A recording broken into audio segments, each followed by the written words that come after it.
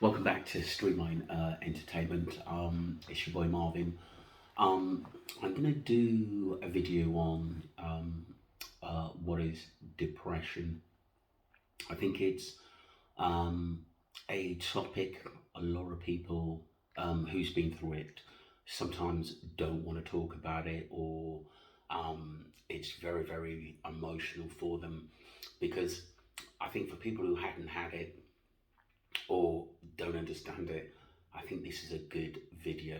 So I'm going to play something that I think it's quite important to put out there about depression, and I think it's absolutely so true because my daughter um, went through it because she didn't have a mother around. Uh, for a lot of years. So I think it's instrumental that we try to understand it, especially someone that's going through it. I'm going to play some of the video.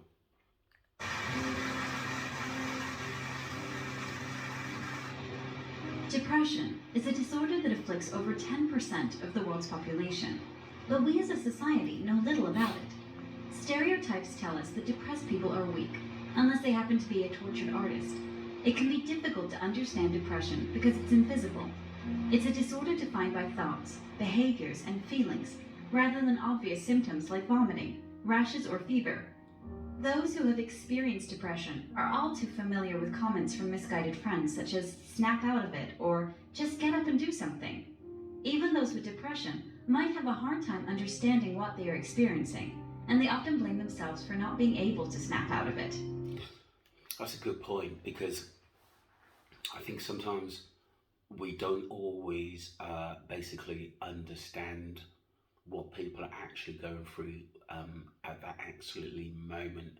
I think it's very um, inner in the mind, also in the body as well. I think it's what I've seen in my experience, especially with people I know, my daughter, and other people that had depression. You've got to sort of gently wean yourself off it, and I think one of those things is by talking to people you actually trust, and also I think laughter, happiness, getting out there, and not just thinking you're on your own. I think that's very, very, very important just to build your self-esteem back up. I think that's really, really important. To understand what depression really is, we need to talk about symptoms. First of all, depression has symptoms related to how someone feels. These symptoms include nearly constant feelings of sadness, anger, guilt, or hopelessness. Next, there are symptoms related to behavior. They include social withdrawal, a lack of energy, low motivation, poor concentration, sleep problems, or significant changes in appetite. Finally, symptoms related to thoughts include poor self-esteem, thoughts of suicide, and loss of interest in regular activities. These are quite big points, actually. The first four, sorry, sadness, anger, guilt, and hopelessness. You can feel that you're not wanted, which causes sadness. It could be you've lost a job, or you've just had enough of life sometimes, of living, of not having the money and stuff like that. But anger, it could be something that's triggered from which has happened before when you were younger or a kid, which manifests itself a lot later in life. Hopelessness as well, where you think you're not worthy, or people sometimes tell you you are not worthy, and you start to believe it. That's really, really deep. The second part, social withdrawal, lack of energy, low motivation, poor concentration, sleep problems, significant changes in appetite. I think social withdrawal is very, very deep with depression because people like to be on their own. But I'd say with social withdrawal, talk to someone you fully trust, or if not, there's many social science experts you can actually call for someone to talk to if you're lonely or you need to talk to someone or you're feeling suicidal. I think that's really, really important. Lack of energy, you don't feel like doing nothing. I think it's important to do exercise. I played football. I had basically a long football career. I go to the gym, but I like to socialise. I think socialising is very, very, very important with the right people because it also builds self-esteem. And like I said, there are a lot of organisations you can actually go to if you feel the confidence to. But like I said, I think deep depression, a lot of people become self-obsessed a little bit because it's just it's just how depression makes them feel. Poor concentration. Poor concentration. You just can't seem to concentrate on anything. You just switch off. Nothing seems to make sense. Sleep problems. Sleep problems can affect the way you feel and how you respond and getting up in the morning. Significant changes in appetite where you're not eating regularly, you're losing weight. Sometimes you don't want to eat. That can lead to a lot of just disjointed in your life. We're going to go on to poor self-esteem, not thinking that much of yourself, thoughts of suicide and loss of interest. I think in that, I think social talking about it is one way you can get things off your chest, especially if you're feeling anger, guilt and hopelessness, or you just feel like giving up. Always talk to someone who believes in you. Sometimes if you can't talk to your family, there's like I said, there's societies you can actually find through the internet that will chat to you in how you're feeling. Talk to your doctor. Don't just go start popping pills. Wait. Yes, sometimes you have to at the end of the day. If it's deep depression, you're feeling suicidal, I completely understand that. But I think you need to think seriously, what are my problems? Write them down in how you're feeling. Sometimes look at documentaries in how basically you can get through it at the end of the day. Talk to someone sometimes who's a bit high spirited, who's got a bit of get up and go, who goes to the gym. But like I said, there are ways around it before you move on to the next level. Yeah, I completely understand that some people do have to live with depression because if they don't take it, they'll do something stupid because where the depression is so deep. I completely understand that because like I said, my daughter basically went through it, but she's now off them because she just didn't feel the need to basically take them anymore because her life was better. She's got a lot of good work friends. She has a good social life. She has a boyfriend who looks after her. She travels. She believes in being happy and tends not to deal with negative thoughts, and that's really, really important. Let's just carry on. Symptoms of depression must last at least 1 week, and they are often cyclical. This means that the symptoms can come and go over a period of months or years. A person who experiences depression once is likely to have future episodes. It can be difficult to think of these thoughts, feelings, and behaviors as symptoms. To many of us, because they are in our head, they can seem like decisions.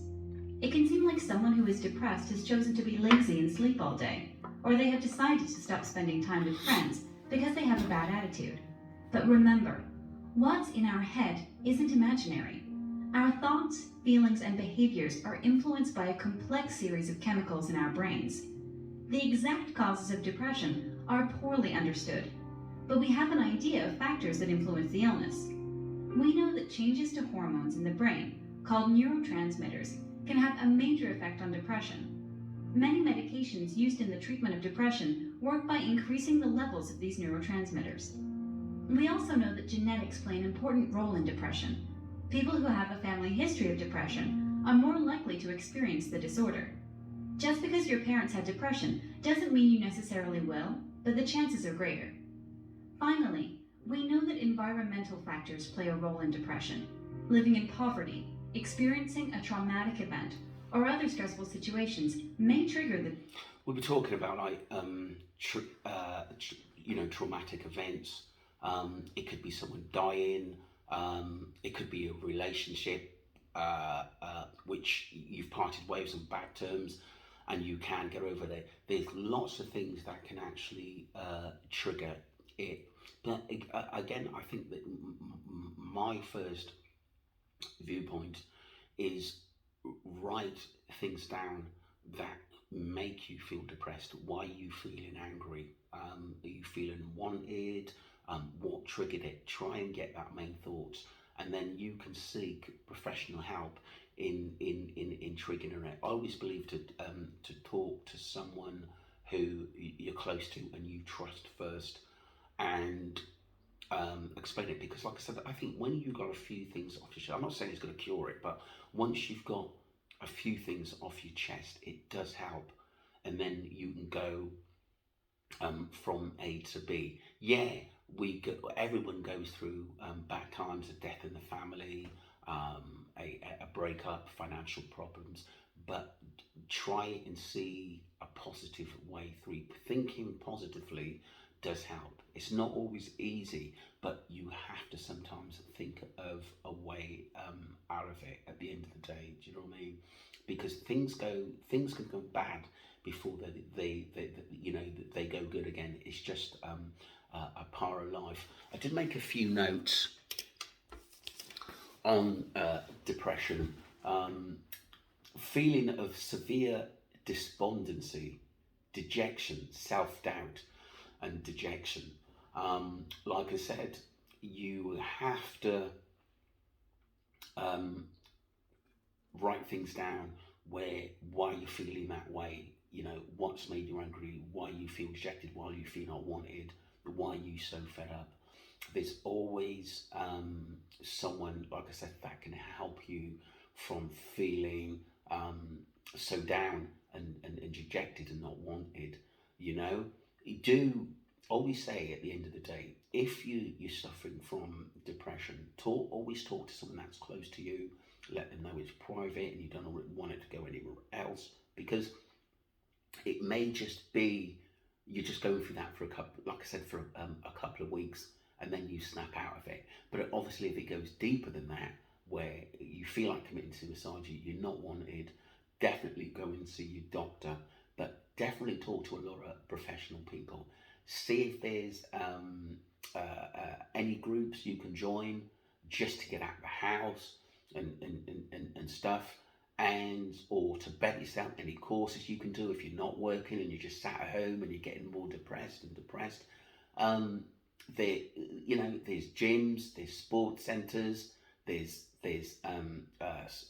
teams where you meet up. There's a lot of things online now which you can find to help your mood, your despondency, dejection, and self-doubt. And believe me, I think that I know not everyone's into sport. You can go to the library and meet people, and basically clubs, go dancing, ballroom dancing. There's so many things you can do just to get your energy back up and be around people that make you feel positive. I think that's very, very, very important. The second point is mental health problem. It involves having low mood or losing interest and enjoyment in things. The symptoms may vary on sometimes how you feel every day. Sometimes you can feel good one day, bad the next, good one day, but just try to think positively. Write things down which you're going to do today or you want to do, and just make yourself do it. I know it's not easy because, like I said, I do know people who that are close to me who went through depression, and it's not easy. And all you can do is be there for them, but be positive. And sometimes when you're depressed, you don't want to talk, and you sometimes don't want to hear basically someone who's not depressed. You don't want to hear because, like you said, some people say, "Oh, you'll snap out of it," but it's deeper than that. It's a lot deeper than that. I think the actual person, they have to come out of it themselves. They've got to want to come out of it as well. They've got to want to see the light. So, but it's not easy. It's very, very, very difficult. Just going to listen to the final point. Disorder. That being said, depression does not always have a clear trigger, which often leads to a person not understanding why they feel so down. Treatment for depression usually includes psychotherapy and medication. Either can work on its own, but a combination of both medication and therapy has been found to be the most effective. In summary, depression is a disorder that's widespread but poorly understood. The symptoms can negatively affect a person's thoughts, feelings, and behavior to a debilitating degree. However, treatments that include medication, psychotherapy, or a combination of the two can help to manage to eliminate the symptoms of depression. Yeah, I agree to that. I agree to that if it's severe depression, treatment with medication or psychotherapy can help. But I have known people who have got addicted to taking medication tablets for depression. They can't live without them. But I don't think that's always a good thing. I've got a friend of mine, and her sister died, but she's been taking the tablets for 20 years. And I said, "Have you ever thought about like coming off them?" And she said she can't. She feels that she wouldn't be able to cope if she comes off the medication, and she feels suicidal if she comes off the medication. And I said that's fair enough, but but like I said, if you don't ask the questions, you don't know how people are feeling. Yeah, so that's the video. So if you do, you do feel suicidal, talk to someone you feel close to. It could be your parents, mother, father, sister, brother. Talk to someone who's close to you, who's not gonna, like I said, chat your business, or someone you really, really trust, and let them know your thoughts. But definitely talk to someone first. Then, if you feel you're not getting anywhere, see your doctor. And if after you see your doctor and things are getting worse, obviously see what medication and psychotherapy they can actually get for you. But depression is a difficult topic to actually talk about, because no one wants to admit they're depressed. It's like I said, my daughter was at one stage, but like I said, she managed to come through. I've had friends that have gone through it. But like I said, all you can do is be patient, and also be just upbeat when someone's down. If they don't want to talk at that time, they don't want to talk. But somewhere along the time, they will talk. Just be patient. I think that's very, very important for someone who suffers from depression, because they may not even talk to you for a couple of weeks, but they may give you a phone call or text messages. Do you want to meet up? Do you want to talk? I think it's a patient game. But for those who are depressed, try to think of something that's triggered it off, and try to think positively in your thoughts, and fixing it. Even talking to someone, you get obviously professionals now where you can actually call them, and they'll discuss what's making you depressed and how to get out of it. There's a lot of professional help there.